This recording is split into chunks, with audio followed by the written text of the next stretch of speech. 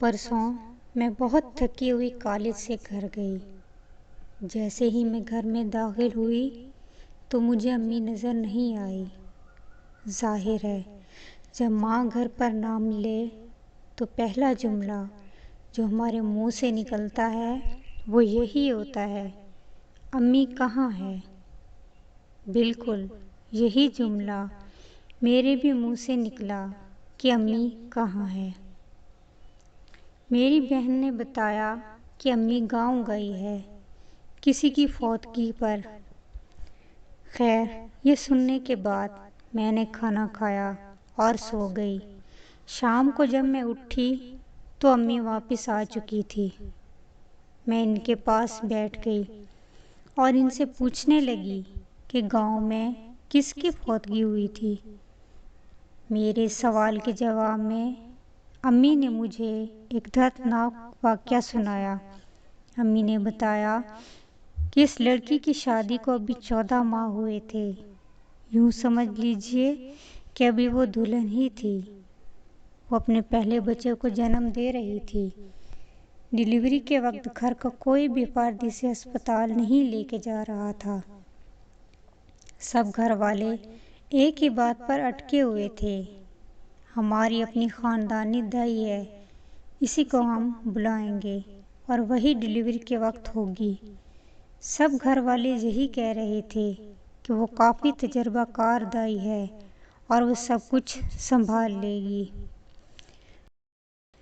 खैर, इस दाई को बुला तो लिया गया, मगर वो कुछ भी ना संभाल सकी। ना इसके पास कोई तजर्बा था, ना सेफ्टी कट वगैरह। इसे सिरे से पता ही नहीं था कि डिलीवरी के दौरान पैदा होने वाले हंगामी सूरत हाल से कैसे बचा जाएगा। लिहाजा इन सारी कमियों और कोताहियों की वजह से वो लड़की अपनी जान से हाथ धो बैठी। मैं इसको कमी और कोताही भी नहीं कहूँगी, बल्कि इसे जहलियत कहूँगी। एक लड़की मर रही है और आप इसे डॉक्टर की बजाय एक दाई के हवाले कर रहे हैं। क्या एक दाई डिलीवरी के लिए वो तरीक़ाकार इख्तियार कर सकती है जो एक डॉक्टर करती है? एक दाई के पास वो आलात और सेफ्टी कट्स होते हैं जो एक डॉक्टर के पास हुआ करते हैं। एक दाई की खिदमात माँ और बच्चे दोनों के लिए ख़तरनाक साबित हो सकते हैं, क्योंकि वो एक गैर तरबियत याफ्ता औरत होती है।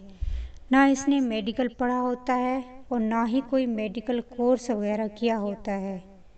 वो सिर्फ अपने तजर्बे की बुनियाद पर काम करती है, जो कि इंतहाई नामुनासिब और गैर महफूज है।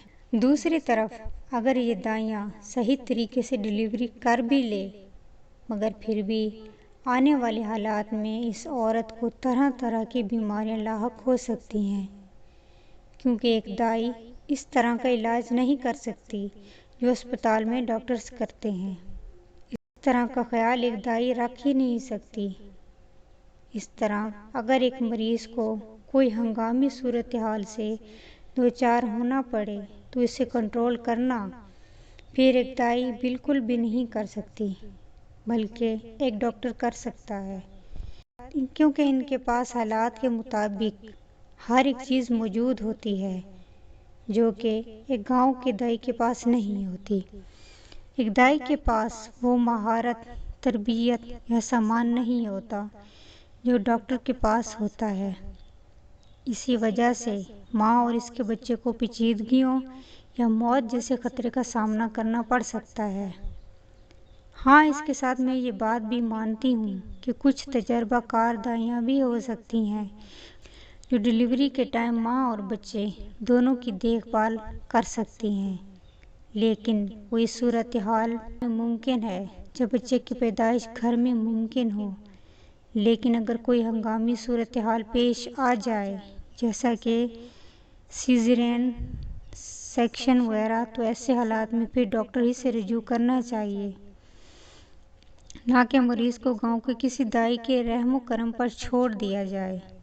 इधर मैं एक बात वाज़ेह करना चाहूँगी कि इन दाइयों को अगर अच्छी ट्रेनिंग्स वगैरह दी जाएं तो ये बहुत ही अच्छी कारकर्दगी दिखा सकती हैं।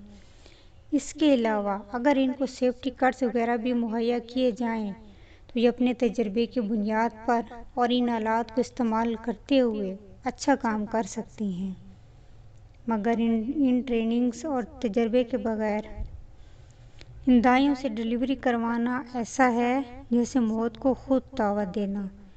لہٰذا ہم سب کو یہ بات سمجھنی اور ذہن نشین کرنی چاہیے کہ ہمیشہ ڈلیوری کے لیے مریض کو اسپتال لے کر جانا چاہیے تاکہ ان کے ساتھ مناسب برتاؤ ہو جائے اور ماں اور بچے دونوں کی زندگی محفوظ رہے۔